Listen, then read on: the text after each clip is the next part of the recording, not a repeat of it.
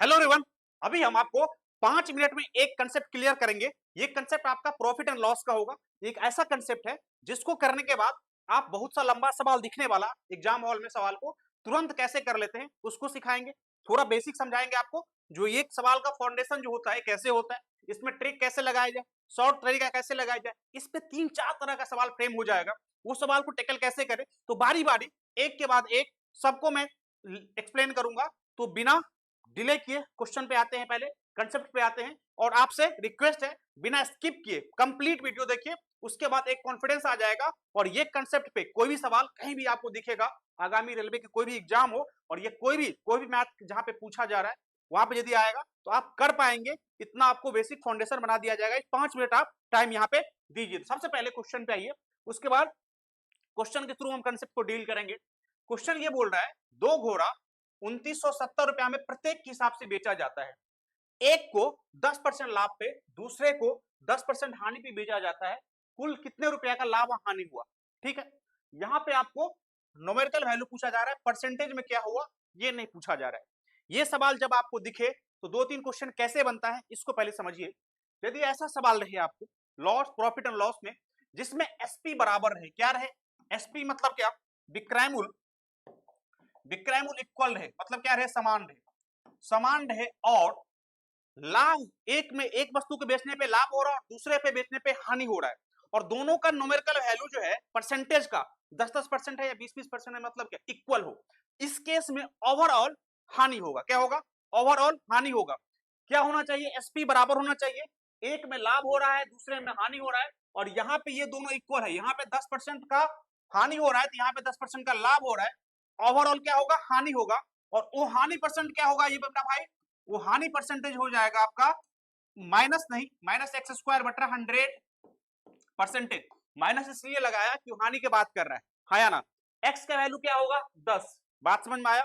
यहाँ पे 10 स्क्वायर करेंगे, 10 स्क्वायर बटा 100 मतलब 1% की हानि होगी। तो ये सवाल में यदि आपको डायरेक्ट ये पूछता तो केवल और केवल ये बता दीजिए ओवरऑल हानि परसेंटेज क्या होगा, आप 1% हानि लगा के आगे बढ़ जाते। मगर यहाँ पे आपको केवल केवल परसेंटेज नहीं पूछ रहा है, इक्वल मतलब इसका वैल्यू पूछ रहा है। अब वैल्यू कैसे निकाले? इसके दो तरीके हैं, दोनों तरीका को बारी बारी समझेंगे।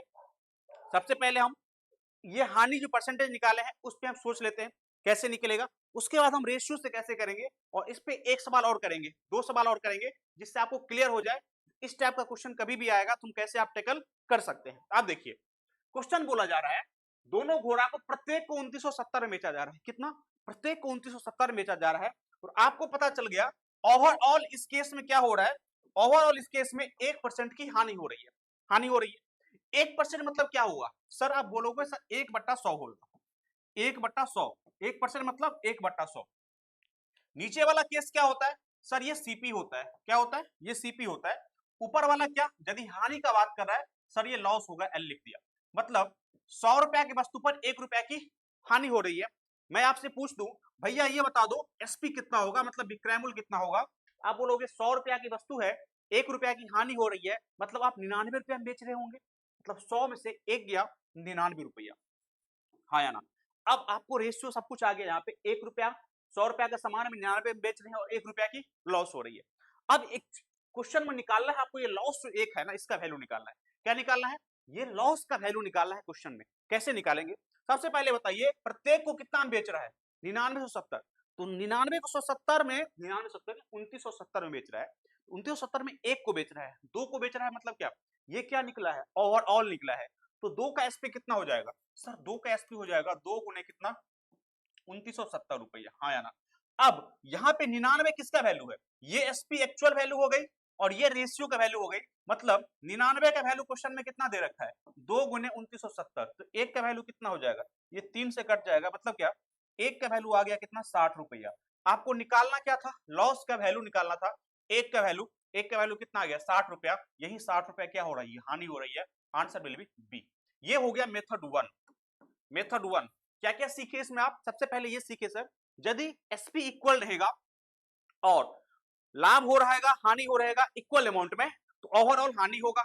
जो हानि परसेंटेज क्या होगा? माइनस एक्स स्क्वायर बट्टा 100। 1% ओवरऑल हानि हो गई। यदि इसी में आपको हमको 1% बोलेगा ओवरऑल हानि परसेंटेज, तो हम ये लगा देंगे मगर यदि एक्चुअल वैल्यू पूछ लेगा तो हम क्या करेंगे, यहाँ पे हानि को 1/100 करके निकाल देंगे। यहाँ पे 1 रुपया की हानि है, 100 रुपया की वस्तु है, 99 रुपये हम बेच रहे हैं, 99 का वैल्यू 2 गुणे 2970। यहाँ पे एक मत करिएगा, नहीं बनेगा, क्योंकि दो वस्तु की बात कर रहा है, दो वस्तु बिक रहा है और ओवरऑल ये निकला है। ठीक है, एक तरीका ये हुआ, आप इससे कर सकते हैं। हम मेथड 2 पे चलेंगे। अब मेथड 2 इसीलिए कर रहे हैं, इस टाइप का सवाल आपको यदि उल्टा पुल्टा करेगा तो मेथड 2 एक ऐसा तरीका है जिससे सारे कुछ आप कर सकते हैं। इसको हम रब करते हैं, इसको हटा देते हैं, इसको आप स्टार मार्क करके लिख लीजिएगा। जब कभी भी जिंदगी में सवाल आएगा ऐसा, तो आप बिना पेन उठाए इसको विद इन सेकेंड कर सकते हैं। ये तरीका आपके दिमाग में रहना चाहिए। अब यहाँ पे मेथड 2 का बात करूंगा, इसको हटा रहा हूँ, स्क्रीनशॉट ले लीजिए आप। ठीक है, अब देखिए, अब यहाँ पे हम बात कर रहे हैं किसका, मेथड 2 की बात करेंगे हम। मेथड 2 की बात इसीलिए कर रहा हूं क्योंकि यहाँ पे आपको बेनिफिट दिखेगा अगला सवाल में, कैसे सवाल तुरंत निकलेगा। पहला को बेचा 10% लॉस पे, क्या पहला 10% लॉस पे बेचा जा रहा है, पर नहीं, पहला 10% हानि है ना, 10% लाभ है, 10% के लाभ पे बेच रहा है। 10% मतलब क्या, 1/10, हाँ या ना। तो यहाँ पे आप लिखिए सीपी, यहाँ पे लिखिए एसपी। पहला वस्तु पे क्या हो रहा है कार्यक्रम, सर 1/10 मतलब क्या, नीचे वाला सीपी है, 10 रुपया का वस्तु है, 11 रुपया हम बेच रहा है, क्योंकि 10% की क्या हो रही है यहाँ पे, हानि नहीं हो रही है, लाभ हो रही है। तो जब दूसरी की बात आएगी तो सर 10% मतलब नीचे वाला सीपी, और ये क्या हो जाएगा, एक हो जाएगा हानि। तो 10 रुपया का सामान हमको कितना बेच रहा है, 9 रुपया में बेच रहा है।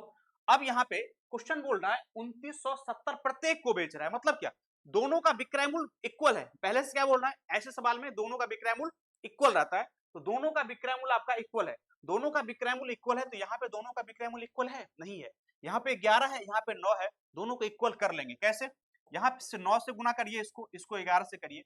अब यहाँ पे 11 9 99, 11 9 99, अब यहाँ पे इक्वल हो गया, मतलब क्या, ये सवाल अब रेंज में, अपना रेंज में आ गया। इसको हम हिंदी में क्या कहेंगे, अपना औकात में आ गया। बात समझ में आया, हाँ या ना। अब देखिए यहाँ पे सीपी है, ये एसपी है। अब नया सीपी क्या हो जाएगा, 9 से इसका भी गुना होगा तो ये 90 रुपया की हो जाएगी, ये हो जाएगी 99 रुपया का। यहाँ पे 11 से 10 को करेंगे तो 110 रुपया का पहला वस्तु, बेच कितना रहे 99, दोनों का इक्वल होगा सीपी 99। अब यहाँ पे ओवरऑल बात कर रहा है, ओवरऑल क्या हो रहा है बिजनेस में, कितना रुपया का घाटा हो रहा है।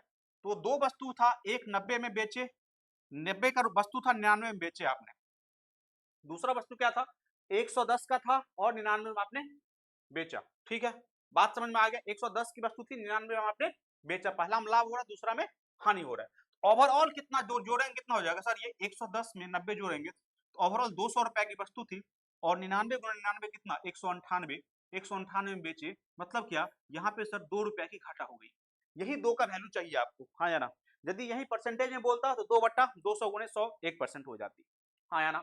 अब यहाँ पे 2 का वैल्यू कैसे निकालेंगे, तो सर यहाँ पे 2970 दे रखा है, किसका वैल्यू, 99 का वैल्यू, 99 का वैल्यू कितना 2970, यहाँ पे 2 नहीं करेंगे क्योंकि इंडिविजुअल की बात कर रहा है ये, 2970।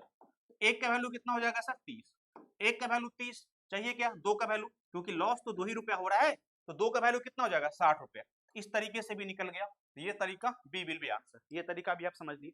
इस तरीका पे बेस्ड सेकंड क्वेश्चन हम करेंगे, जो कि आपको लगेगा क्वेश्चन बहुत बड़ा है, मगर ये तरीका अपनाएंगे तो तुरंत कैसे कर लेंगे, इसको देखेंगे।